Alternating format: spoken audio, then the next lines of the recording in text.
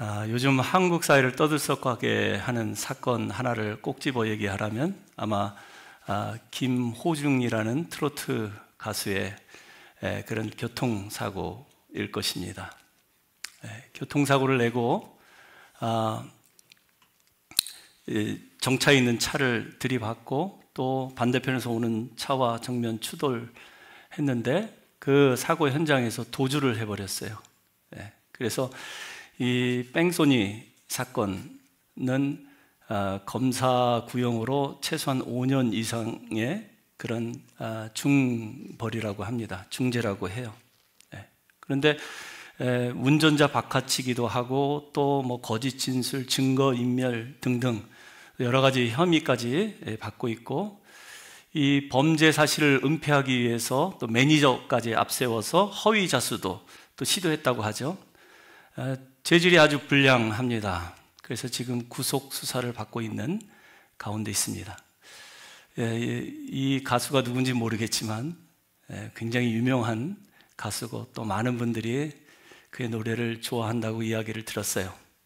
그런데 이 정도 되면 가장 실망하고 속상해야 할 사람은 그 가수의 팬들일 것입니다. 그런데 이 범죄 행각이 다 드러났는데도 불구하고 예정된 콘서트는 계속 강행을 했다고 하죠. 그 콘서트장에는 팬들로 가득 찼고 또 열성 팬들은 그 안 팔린 표까지도 그렇게 사줬다고 해요.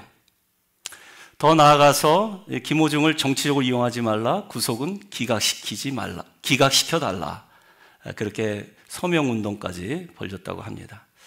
얼마나 좋았으면, 얼마나 이 가수의 노래가 좋았으면 범죄자임에도 불구하고 그렇게 지켜주려고 했을까요? 아직 앞길이 창창한 젊은이입니다. 누구나 다 실수할 수 있고 죄를 범할 수 있습니다. 죄를 범했으면 죄의 대가를 치르도록 해야 합니다. 그래야 김호중 자신도 공인으로서, 가수로서 앞으로 정신 차리고 진정한 가수로 거듭나지 않겠습니까? 저와 여러분도 다 연약하고 부족한 사람들입니다. 누구나 다 실수할 수 있고 죄를 범할 수 있습니다. 그리고 죄를 지었다면 죄의 대가를 반드시 치러야 합니다. 만약에 하나님께서 저와 여러분의 죄과를 묻는다면 저와 여러분의 행위와 또 그 부족함을 하나님의 저울에 달아본다면 어떻게 평가하실까요? 아마 이렇게 말씀하실 것 같습니다. 메네 데겔 우바르신. 여러분 아시는 바와 같이 다니엘서에 기록되어 있는 말씀입니다. 하나님의 손가락이 나와서 벽에 글씨를 썼어요, 아람어로. 그런데 메네 데겔 우바르신. 저울에 달아보고 세어보고 세어봤는데 턱없이 부족하다. 이 바벨론의 벨사살 왕을 하나님께서 달아봤을 때 이렇게 부족했다라는, 그래서 그 죄에 대한 형벌을 받을 수밖에 없다라는 그런 상징으로 하나님의 손이 나와서 글씨를 썼어요. 저와 여러분은 어떻습니까? 만약에 저와 여러분의 행위도 하나님께서 저울에 달아본다면 하나님 뭐라고 평가하실까요?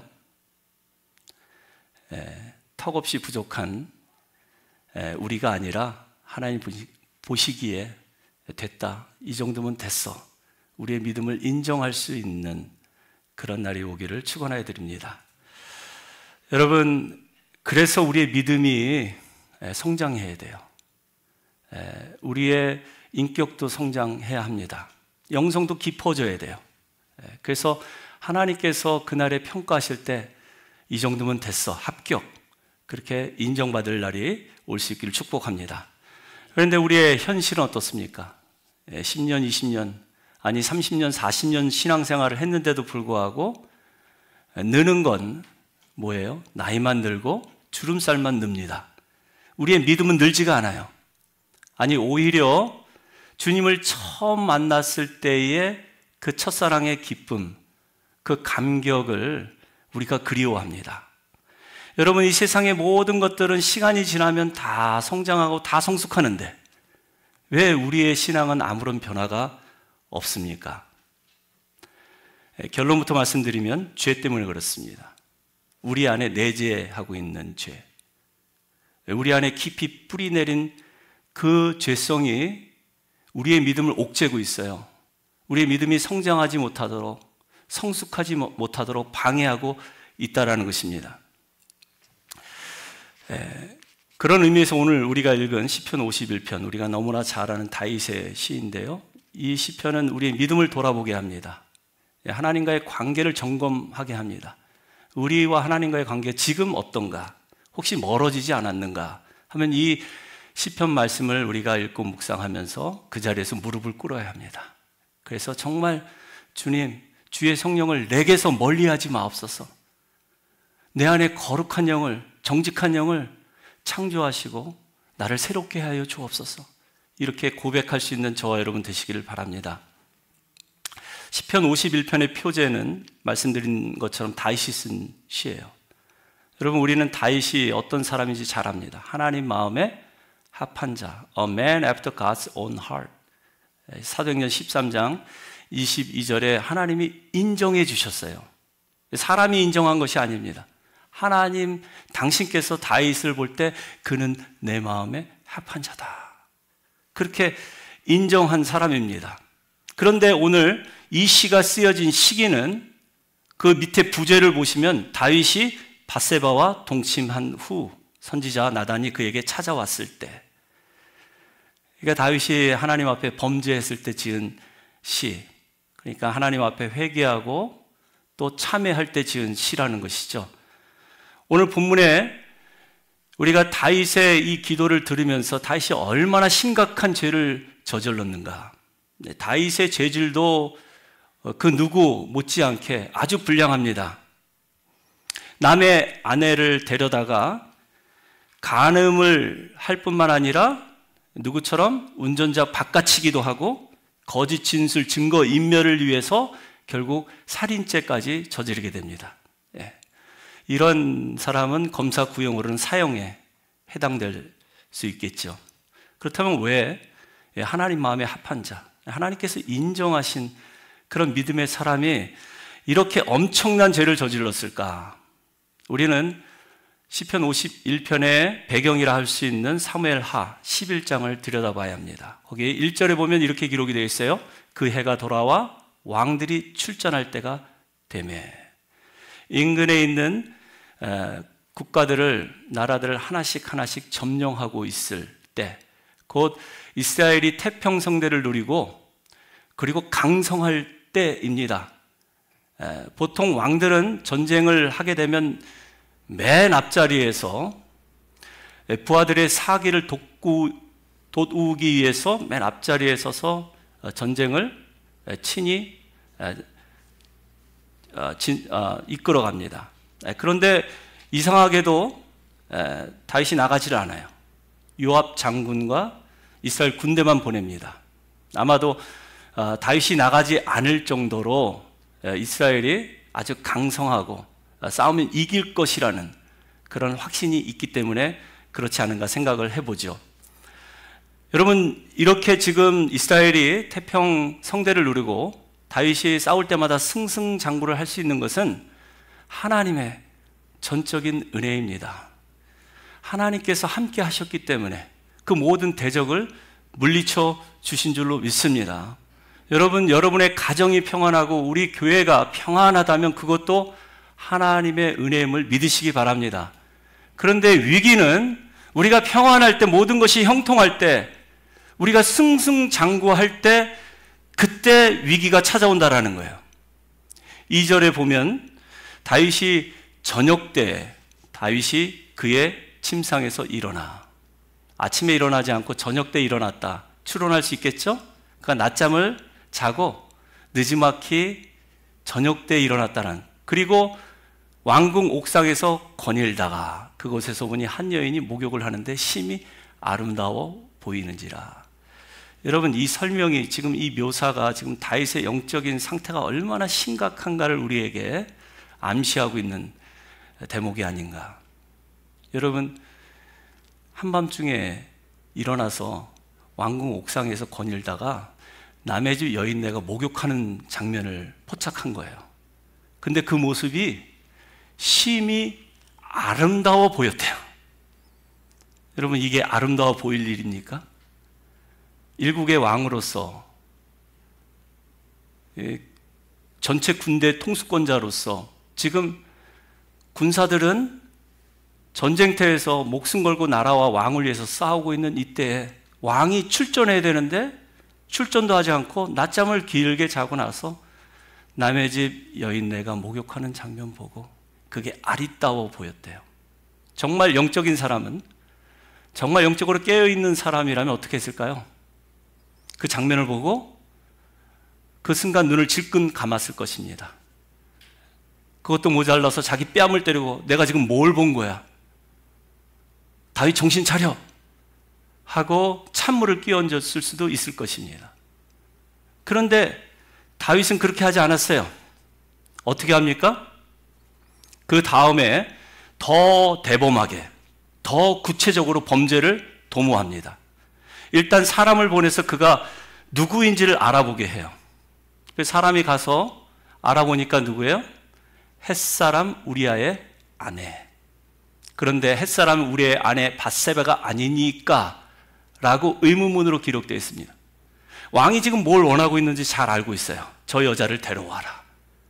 그 가서 보니까 이 여자는 아닌 거예요. 이렇게 하면 안 된다라는 것을 신하가 알고 지금 왕이요, 왕이라 할지라도 이 여자는 안 됩니다. 당신을 위해서 목숨 걸고 나라를 위해서 목숨 걸고 싸우고 있는 충신, 그것도 햇사람 우리아의 아내가 아닙니까? 절대로 해서는 안 됩니다 라고 경고하고 있는 거예요. 햇사람은 이방인입니다. 유대인이 아니에요. 히타이트족, 그 유럽 사람이에요. 그 용병의 그 아내를 나라를 위해서, 당신을 위해서 목숨 걸고 싸우고 있는 그 사람의 아내를 건들 수는 없습니다. 그렇게 경고를 주고 있는데도 불구하고 어떻게 해요? 결국 그 사람을 자기에게로 데려오게 해요. 그리고 더 기가 막힌 일은 뭡니까? 11장 4절에 보면 다윗이 전령을 보내어 그 여자를 자기에게로 데려오게 하고 그 여자가 부정함을 깨끗하게 하였으므로 더불어 동침하네. 아마도 이 여인이 한 달에 한 번 주기적으로 오는 여자들만이 하는 그 피리어드, 월경 기간이었던 것 같아요. 그러면은 부정한 여인은 같이 잠을 잘 수 없다는 사실을 누구보다도 잘 아는, 율법이 정해놓은 그 규정까지도 어기면서 어떻게 해요? 기다리고 있는 거예요. 그 부정한 기간이 끝날 때까지. 그리고 그 여자를 범하는 이 다윗의 대담한 이러한 용기 어디서 나왔을까요? 아주 치밀하게, 주도 면밀하게 계획된 범죄인 거예요. 우발적인 충동이 아닌 것입니다. 여러분, 다윗이 이렇습니다. 하나님의 마음에 합한 자, 다윗도 이렇게 죄의 유혹에 빠지면, 육신의 정욕, 안목의 정욕을 이기지 못하면 이렇게 불량한 사람으로 둔갑할 수 있음을 기억할 수 있기를 바랍니다. 우리가 그만큼 연약한 존재들이에요. 오늘 본문은 죄의 특성에 대해서 우리에게 자세하게 말씀해 주고 있습니다. 여러분, 죄가 한번 우리 마음의 생각에 한번 스며들면요, 집요하게 끈질기게 물고 늘어집니다. 마치 거머리처럼. 거머리가 한번 달라붙으면 어떻게 해요? 피를 흠뻑 빨아먹고 난 다음에 떨어지잖아요. 피를 볼 때까지 끝까지 집요하게 달라붙어요. 그게 죄의 특성입니다. 그런데 죄가 얼마나 또 파괴적인지 계속해서 5절을 보면 그 여인이 임신하매 사람을 보내 다윗에게 말하여 이르되 내가 임신하였나이다. 임신만 안 됐으면 참 그냥 넘어갈 수 있는 일인데 임신을 했대요. 또 그 다음에 그가 한 일은 정말 더 기가 막힌 일이죠. 요압으로 하여금, 요압 장군을 하여금 전쟁터에 있는 우리아를 불러서 그리고 아내와 함께 합방을 하도록 그렇게 조치를 취해요. 일종의 증거인멸입니다. 이렇게 자신의 죄를 회개하지 않고 죄가 죄를 낳고 죄가 더 큰 죄를 낳도록 다윗이 이렇게 하나님 앞에 정말 심각한 죄를 저지르고 있는 것을 우리가 보게 됩니다. 그래서 죄가 성경 말씀대로 육심이 잉태하여 죄를 낳고 죄가 장성하여 사망에 이르느니라. 이건 필연적인 결과입니다. 다윗 자신의 영혼만 죽인 것이 아니라 남의 가정 파탄내고 또 타인까지 죽음에 이르도록 사지로 몰고 가기까지 해요. 이렇게 엄청난 죄를 짓고 나서 아무 일도 없듯이 일상으로 돌아왔는데 어느 날 하나님의 선지자 나단이 다윗을 찾아와서 비유 하나를 얘기해 줍니다. 한 성읍에 어떤 부자가 양이 많고 소가 많은 어떤 부자가 손님이 찾아왔을 때 손님을 대접할 때 자기의 그 많은 양과 소 중에서 대접하지 않고 옆집에 사는 아주 가난한 그래서 암양 새끼 한 마리밖에 없는 그 암양 새끼를 잡아다가 대접했다. 이걸 비유로 말했을 때 다윗이 어떤 반응을 보입니까? 즉각적으로 분노를 표출하죠. 도대체 누가 그런 파렴치한 죄를 저지를 수 있느냐. 그리고 그 자는 마땅히 죽어야 한다. 그리고 그 양 새끼를 4배나 갚아줘야 한다. 그렇게 이야기를 해요. 여러분, 우리가 흔히 자주 듣는 말 중에 내로남불이라는 말이 있잖아요. 내가 하면 뭐예요? 로맨스. 네가 하면 죄송합니다. 당신이 하면 불륜. 무슨 말입니까? 우리 인간이 가진 죄성 중에 하나는 뭐예요? 자기가 잘못한 것을 아주 기가 막히게 정당화시키고 합리화시키는 아주 신비한 기술이 있어요. 그게 아담에게서 물려받은 그 죄성이라는 거예요. 여러분, 그 죄성을 가지고 우리가 살면 우리의 믿음 성장 기대할 수 없습니다. 지금 다윗이 자기가 그 악한 죄를 저질렀고도 그런 자는 마땅히 죽여야 한다. 그리고 4배나 변상해야 된다. 그렇게 얘기했을 때 선지자 나단이 뭐라고 합니까? 그건 너. 바로 너. 바로 당신이 범인이라고 다윗에게 손가락질을 했을 때 그때 다윗이 그 자리에서 꼬꾸라지고 회개합니다. 그 회개의 고백들이 오늘 시편 51편에 기록이 되어 있는 거예요. 여러분, 죄는 누구에게나 찾아옵니다. 그리고 죄 지은 사람은 반드시 하나님께서 형벌을 내리세요. 형벌 받을 자는 결단코 면책지 아니하시겠다. 하나님께서 그렇게 우리에게 약속하셨습니다. 이 죄가 지금 그렇게 맑고 깨끗한 영혼의 소유자, 하나님 마음에 합한 자라고 일컬었던 다윗의 영혼을 병들게 하고 지금 다윗에게 치명상을 안겨주고 있는 거예요. 8절 말씀을 계속해서 보시면 다윗이 이런 고백을 합니다. 주께서 꺾으신 뼈들도 즐거워하게 하소서. 주께서 꺾으셨대요, 뼈를. 여러분, 뼈가 꺾이는 아픔을 한번 경험해 보셨습니까? 웬만하면 안 꺾이는데 꺾이면은 뼈가 부러지면 얼마나 아픕니까? 그만큼 다윗이 지금 이 사건으로 인해서 고통을 겪고 있다. 육체적인 고통, 그걸 표현하고 있는 거예요. 11절에도 보면 나를 주 앞에서 쫓아내지 마시며 주의 성령을 내게서 거두지 마소서. 여러분, 우리가 하나님께로부터 받는 가장 큰 형벌 중에 하나는 저는 바로 이거라고 생각합니다. 뭡니까?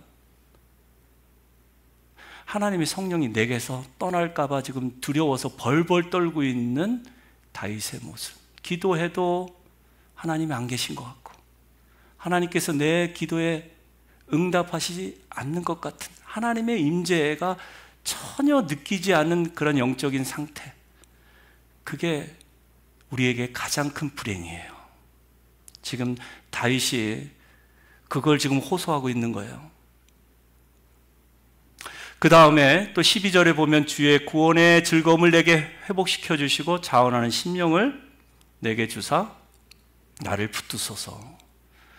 여러분, 우리가 구원받았다라는 사실, 여러분들이 가지고 계신 구원의 즐거움, 이거는 항상 있는 것이 아닙니다. 우리가 범죄하면 이 구원의 기쁨이 제일 먼저 사라져요. 내가 이러고도 구원받은 사람 맞아? 제일 먼저 마귀가 정죄하는 게 뭐예요? 구원의 기쁨을 뺏어갑니다. 구원의 즐거움을 상실해버려요. 여러분들 어떻습니까? 지금 여러분 안에 구원의 기쁨과 감격이 충만히 있습니까? 그래서 예배 드리는 것이 기쁘고 하나님 앞에 나와서 찬양하는 것이 즐겁습니까? 여러분의 믿음도 한번 살펴보시기를 바랍니다. 그러므로 여러분, 이 죄의 심각성에 대해서 우리가 정말 진지하게 한번 고민해 봐야 돼요. 이 죄는 우리의 육체뿐만 아니라 정신, 우리의 영혼까지 다 병들게 하고 하나님과의 관계를 완전히 차단시키는 그런 특성을 갖고 있다는 사실을 기억하시길 바랍니다. 죄는 이렇게 사람에게 해를 가하기도 하지만 하나님께도 큰 피해를 줍니다.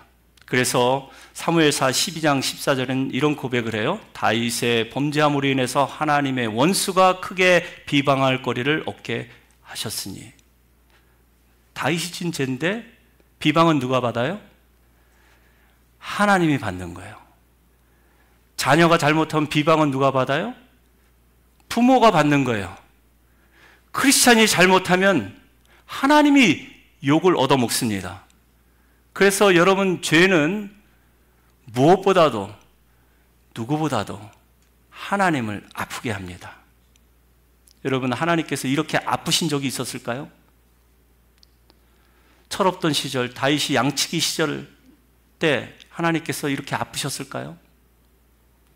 다윗이 사울에게 쫓길 때, 도망칠 때 하나님이 마음이 아프셨을까요? 그렇지 않아요. 그때는 오히려 하나님과 가장 친밀한 관계 속에서 그 유명한 시편 23편의 고백을 했던 그런 때입니다. 다윗이 형통할 때요, 한 나라의 왕이 되어서 승승장구할 때, 그때 범죄하면 하나님이 가장 슬퍼하시고 가장 아파하신다는 사실을 기억할 수 있기를 바랍니다. 그래서 하나님께서 나단 선지자를 통해서 뭐라고 한탄하십니까? 만일 그것이 부족하였을 것 같으면 내가 이것저것을 더 주었으리라. 너가 명예가 필요하면 명예도 더 주었을 것이고, 너가 부귀영화가 필요했으면 부귀영화도 더 주었을 것이고, 너가 건강이 필요했으면 건강도 더 주었을 것인데 왜 하나밖에 없는 남의 암양, 남의 아내를 취하였느냐? 송곳처럼 그 죄를 지적하고 있는 것입니다. 여러분, 초신자가 범죄하면 하나님께서 이렇게까지 마음 아파하시지 않습니다. 하나님께서 아파하실 때는 믿음의 연륜이 깊은 사람이, 신앙 연조가 깊은 사람이, 교회에서는 영적인 지도자가 범죄할 때 하나님께서 훨씬 더 아파하세요. 그래서 여러분들 많은 기도의 제목들이 있겠지만 무엇보다도 가장들을 위해서 기도해 주실 수 있기를 바랍니다. 교회에는 세우신 교회 직분자들, 특별히 담임 목회자와 장로님들을 위해서 기도해 주시길 바랍니다. 하나님 보시기에 부끄러움이 없도록 하나님 앞에 정직하고 성실하게 맡겨진 사역 잘 감당할 수 있도록, 그렇게 기도할 때 하나님께서 은혜를 베풀어 주실 줄로 믿습니다. 여러분, 믿지 않는 세상 사람들이 짓는 죄는 하나님의 분노를 유발시킵니다. 그러나 믿는 우리들이 죄를 범할 때는 하나님께서 아파하세요. 슬퍼하세요. 죄는 이렇게 치명적입니다. 사람에게도 치명적이지만 하나님께도 아주 치명적이에요. 그런데 오늘 본문은 이렇게 죄의 그 결과에 대해서만, 그 치명적인 아픔에 대해서만 우리에게 말씀하는 것이 아니라 회복에 대해서도 말씀하세요. 어떻게 하면 이 죄된 상태에서 회복할 수 있을 것인가? 어떻게 하면 하나님과의 관계가 예전처럼 회복될 수 있을 것인가? 어떻게 하면 첫사랑을 회복할 수 있을 것인가? 그거에 대해서 오늘 다윗이 하는 시편의 고백을 들어볼 수 있길 바랍니다. 그 회복은 첫 번째로 자기의 죄를 자복하는 데서 시작됩니다. 남의 죄가 아니에요. 나의 죄입니다. 내 죄악을 지워달라고 했고, 나의 죄악을 맑게 씻어달라고 했고, 나의 죄를 깨끗하게 제하소서 물은 나는 내 죄가를 아오니. 다 보면 자기 죄를 인정하고 그 죄를 지워달라고, 씻어달라고 그렇게 고백하고 있는 거예요. 7절에 보니까 우슬초로 나를 씻어주소서, 나를 정결하게 하소서, 내가 정하리이다. 여러분, 우슬초 언제 쓰시는지 아시죠? 출애굽 당시에 이스라엘 집에 문설주와 임방에 어린 양의 피를 발랐는데 우슬초 묶음으로 발랐습니다. 그러니까 어린 양의 피가 그 문설주의 임방에 발려진 그 집은 죽음의 사자가 유월해서 갔어요. 하나님의 심판을 피했다라는 거예요. 여러분, 우리가 죄를 지어도 그 죄가 아무리 더럽고 아무리 혐오스러워도 하나님의 어린 양 예수 그리스도의 보혈로 씻기우면 맑게 씻겨질 줄로 믿습니다. 우리가 우리의 노력으로, 우리의 의지로 비누로 씻으려고 해도 안 씻겨지고 양잿물로 씻으려고 해도 지워지지 않는 그런 죄가가 있다 할지라도 오직 저와 여러분을 위해서 죽으신 하나님의 어린 양, 그 예수 그리스도의 보혈을 의지해서, 주님, 나는 내 자신을 잘 압니다. 내가 지은 죄가 얼마나 크고 중한지 아무도 이 죄를 씻어줄 수 없지만 나를 위해서 죽으신 예수 그리스도의 보혈을 의지합니다. 그 보혈로 우슬초로 나를 정결케 하옵소서. 이렇게 믿음으로 고백할 때 우리 죄가 주홍 같다 할지라도 흰 눈처럼 희게 될 줄로 믿습니다. 그런 믿음의 고백인 거예요. 그 다윗이 지금 그 믿음의 고백을 하고 있는 것입니다.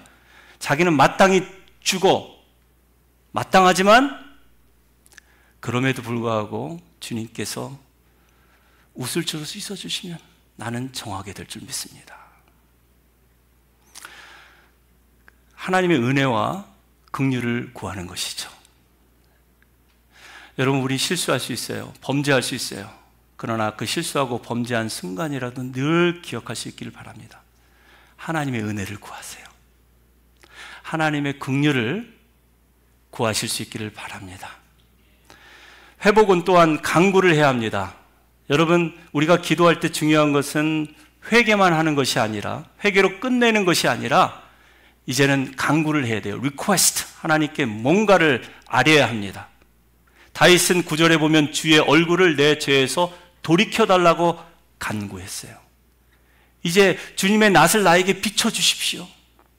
내가 예수 그리스도의 보혈로 희게 되었고 깨끗하게 되었으니 하나님 예전처럼 하나님의 얼굴을 보기를 원합니다.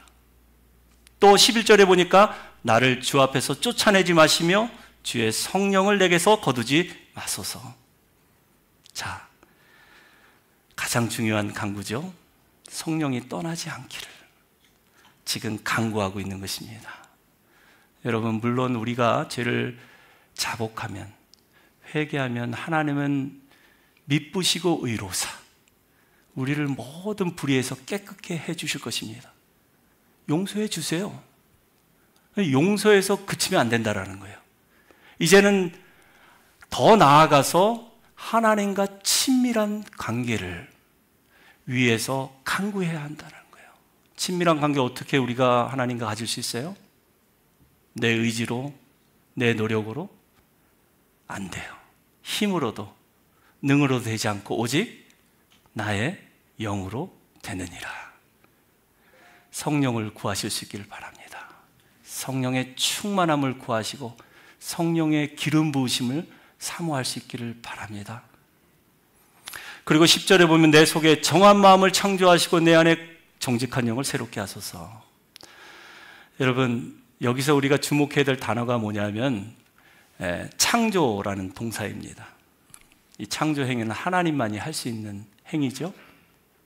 그래서 창세기 1장 1절에 보면은 기록되어 있는 말씀처럼 뭐예요? 태초에 하나님이 천지를 창조하시니라. 여기서의 창조는 무에서 유를 창조하시는 거예요. 그러나 우리는 하나님의 형상을 닮았기 때문에 뭔가를 만들기를 좋아합니다. 그 만들어낸 것을 뭐라 그래요? 발명했다고 그러고, 또 예전에 있었고 찾아낸 것을 발견했다고 얘기해요. 그것은 무에서 유를 창조한 것이 아니라 유에서 유를 모방하고 카피한 것뿐이에요. 여러분, 우리 안에 씻겨지지 않는 죄성, 그것을 제거하실 수 있는, 그래서 우리 안에 거룩한 영, 정직한 영을 충만하게 주입시키시사 우리가 하나님의 뜻대로 살 수 있게 하실 수 있는 분은 오직 하나님 한 분임을 기억하시기를 바랍니다. 그래서 하나님, 내 안에 정직한 영을 창조해 주십시오. 거룩한 영을 새롭게 해 주십시오. 그렇게 기도해야 한다라는 거예요. 이제 말씀을 마치도록 하겠습니다. 여러분, 성경에서 밧세바는 한 번도 다윗의 아내라고 부르질 않았어요. 회복되고 나서도, 궁궐에서 다윗의 자녀를 생산하고 나서도 한 번도 다윗의 아내라고 부르지 않았어요. 누구의 아내라고 부릅니까? 햇사람 우리아의 아내 밧세바. 그 얘기 뭐예요? 하나님께서 다윗의 그 엄청난 죄, 그 엄청난 죄가를 용서해 주심에도 불구하고 그 죄는 기억하겠다라는 거예요. 여러분, 우리가 알게 모르게 지은 죄들이 많이 있습니다. 습관적으로, 반복적으로 그 죄의 거리를 끊지 못해서 하나님을 슬프게 하는 그런 죄들 주님 다 알고 계세요. 우리가 자백하면, 우리의 죄를 인정하고 하나님의 은혜를 구하면, 긍휼을 구하면 하나님은 우리의 죄를 맑게 씻어 주실 것입니다. 그러나 하나님은 기억하세요. 다시는 그 죄를 번복하지 않고 거룩한 하나님의 자녀로서 하나님께 영광 돌리는 그런 삶을 살기를 기대하신다라는 것이죠. 사랑하는 성도 여러분, 저와 여러분 어떻습니까? 전에 지은 죄를 혹시 지금도 짓고 있지는 않습니까? 습관적으로 짓는 그 죄의 고리 아직도 끊지 못해서 믿음의 성장이 더디게 느껴지지는 않습니까? 그 죄된 말과 행동 때문에 나뿐만 아니라 주위 사람들도 다 아프게 했고 주위 사람들 다 힘들게 했는데, 무엇보다도 하나님을 힘들게 했는데, 혹시 아직도 그 죄된 말과 행동을 하고 있지는 않습니까? 오늘 우리가 읽은 시편 51편, 죄에 대한 심각성, 그 무서움을 우리에게 말씀하고 있지만 동시에 하나님의 은혜가 또 얼마나 크고 아름다운지를 우리에게 말씀하고 있습니다. 우리가 그 죄를 해결하지 못한다면 우리 자신뿐만 아니라 우리의 가정, 이 교회란 공동체까지도 치명상을 줄 수 있다는 사실을 꼭 기억하시길 바랍니다. 우리가 그 죄에서 돌이키는 것이 회개입니다. 우리가 진심으로 회개하면 하나님께서 오늘 약속의 말씀처럼 우리 안에 정한 영을 창조하시고 우리 안에 정직한 영을 새롭게 하실 줄로 믿습니다.